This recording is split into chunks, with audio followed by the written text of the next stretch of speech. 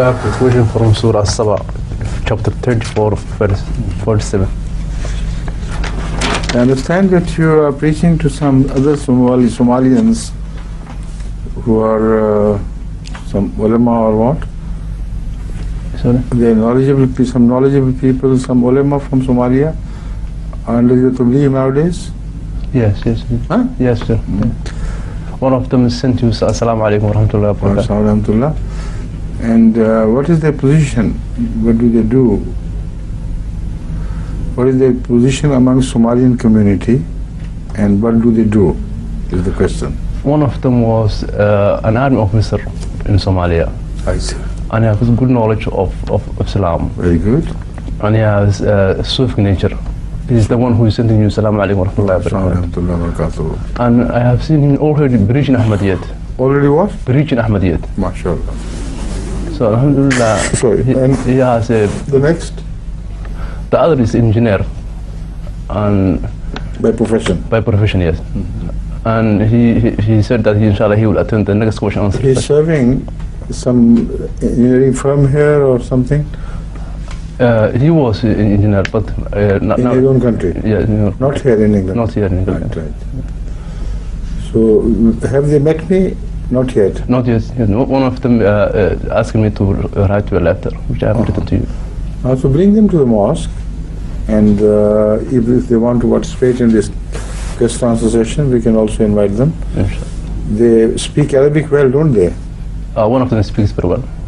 The first one you mentioned, the Sufi type. Right. So you can bring him, you see?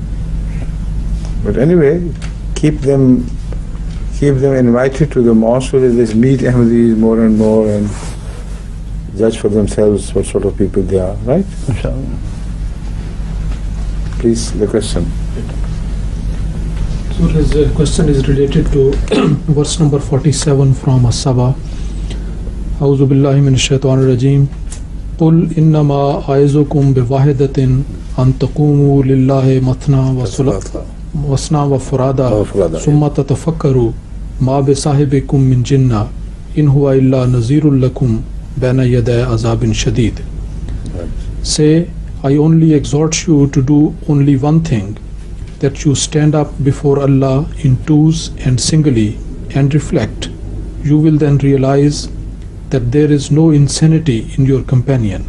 He is only a warner to you of an impending severe punishment. Right.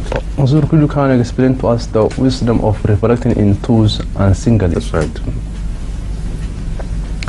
You always pick up the right verses, for questioning, for seeking elaboration on certain points.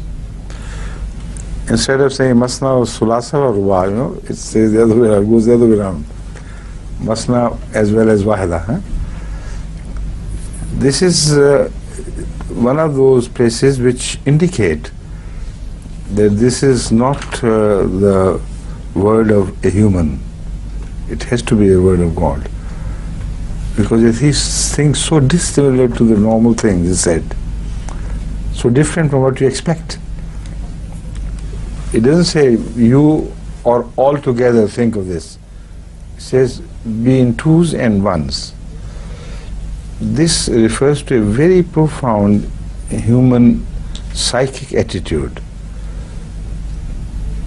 where if they think of the truth of a prophet in groups, they're always likely to reject that, because they're afraid of each other's watching them, and the moment somebody is impressed and he wants to open his mouth in favor of the claimant, he sees the angry eyes of the others, so he is always discouraged.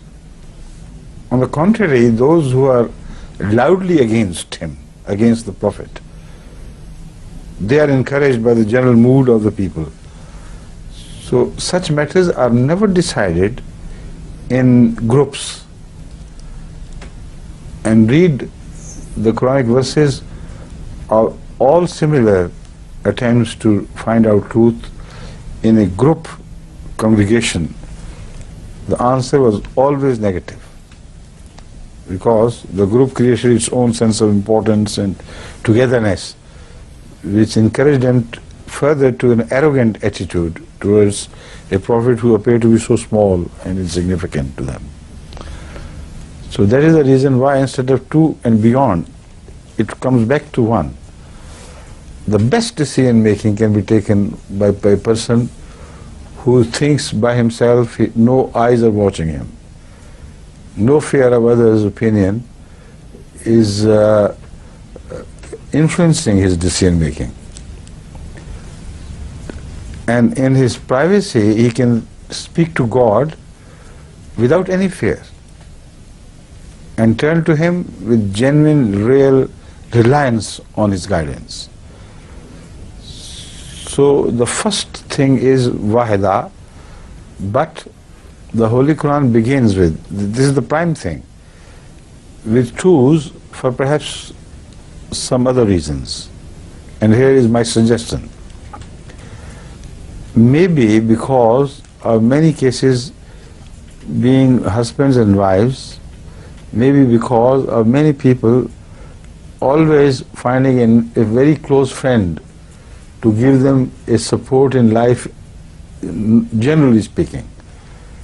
You know, people have always found a companion, or I should say not have always, do always find some close companions on whom they depend for advice, for counseling, etc., etc. So maybe it is because of that trend, the Holy Quran says that the companions, the like-minded companions, which you have chosen, on whom you can depend, with whom you have some confidence, bring them into confidence and consult among yourselves, not in public, privately, so that you may gain strength from the human counsel, which if leads you to the same conclusion that it seems to be right, would encourage you to accept the truth, despite the dangers attendant upon it. So that, in my opinion, could be why two are mentioned.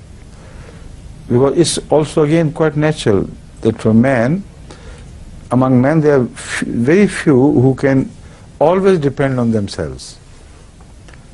There are some, of course, exceptions.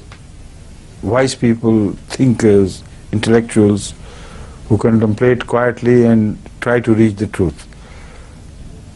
But very often humans lack the confidence of their own decisions. So they want to lean on somebody else, want some support. So the Holy Quran seems to advise that do not go for a public discussion, because that is more likely to mislead you than to lead you to the truth. Choose one friend of your own liking, of your confidence, get together and ponder over this question. Then pray to God and see what happens. God would certainly support you in this case. So that seems to be the reason, in my opinion, of the word two and the beginning with the suggestion that you get together in twos. Right? Okay.